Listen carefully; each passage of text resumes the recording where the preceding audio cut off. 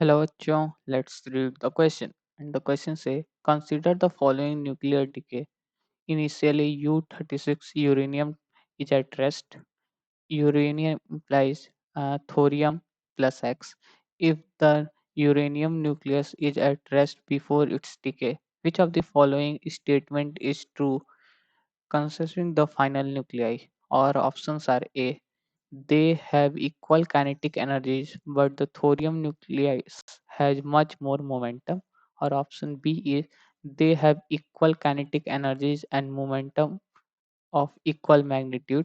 Or option C is the they have momentum of equal magnitude, but thorium nucleus has much more kinetic energy. Or option D is they have momentum of equal magnitude, but X has much more kinetic energy. तो basically अगर देखें हम लोग तो option पढ़ के हमें क्या लग रहा है कि हम लोग को काइनेटिक एनर्जी और मोमेंटम के बारे में पूछा गया है। तो हम लोग अब इसको काइनेटिक एनर्जी और मोमेंटम के टर्म्स में लाने की कोशिश करेंगे।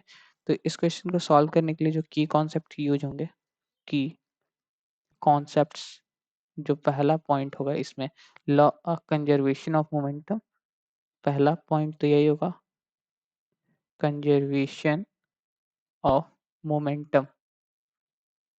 मोमेंटम मतलब कि initial momentum p of i is equal to final momentum p f. ये पहला पॉइंट हो गया। और जो दूसरा है वह है कि momentum p is equal to the mass into velocity v। और जो तीसरा पॉइंट होता है वो होता है kinetic energy. Kinetic energy is equal to half m v square, या तो इसको ऐसे भी लिख सकते हैं अगर मोमेंटम के टर्म में लिखें तो p by two into v. ठीक, p by two into v मतलब momentum by two into v.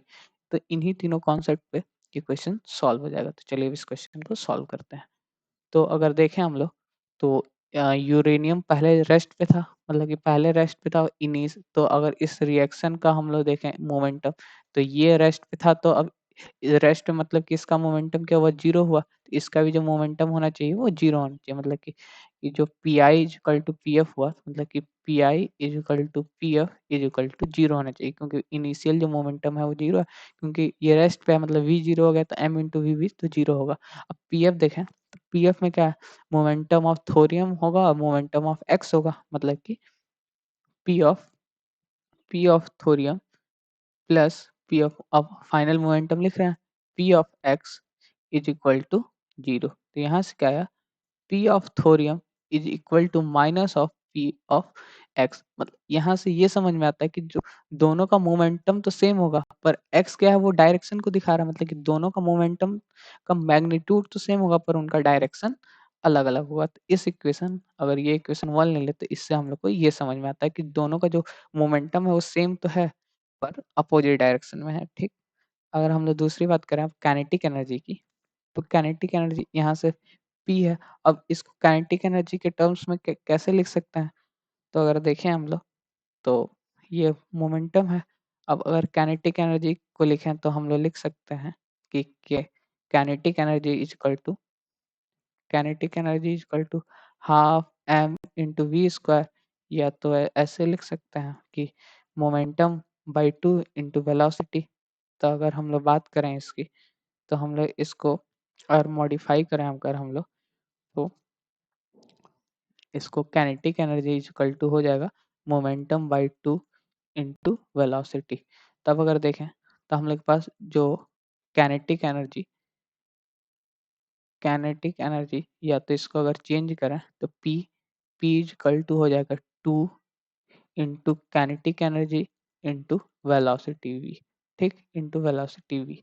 ठीक, अब अगर देखें तो दोनों का जो मोमेंटम है वो तो सेम है, दोनों का तो मोमेंटम का मैग्नीट्यूड तो सेम है। मैग्नीट्यूड सेम है मतलब कि ये हो गया m into v. m into v is equal to हो गया two, like m into v क्या हो गया, अगर देखें तो m इंटू वी तो हम लोग को कांस्टेंट रखना, मतलब कि m इंटू वी तो कांस्टेंट रहेगा, क्योंकि जो मोमेंटम है वो तो दोनों का इक्वल आ रहा है।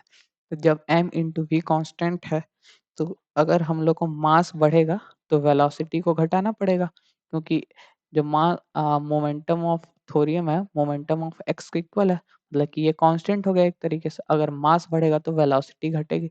अब अगर यहाँ पे देखें तो थोरियम का जो मास है 236 है, तो इसका मास तो कम होगा क्योंकि 236 में से इससे तो कम ही आएगा एक्स का मास, सॉरी, जो भी मतलब कि मास है थोरियम का यूरेनियम से, तो फिर वही तो इसका मास तो एक्स का मास तो कम ही होगा। मतलब कि अगर देखें तो हम लोग के पास क्या आ जा रहा है कि मास ऑफ थोरियम जो है, mass of thorium is greater then mass of x है। अगर हम लोग को पी को इक्वल रखना है तो इसका मतलब क्या हो गया कि सिंस मतलब कि मोमेंटम ऑफ मोमेंटम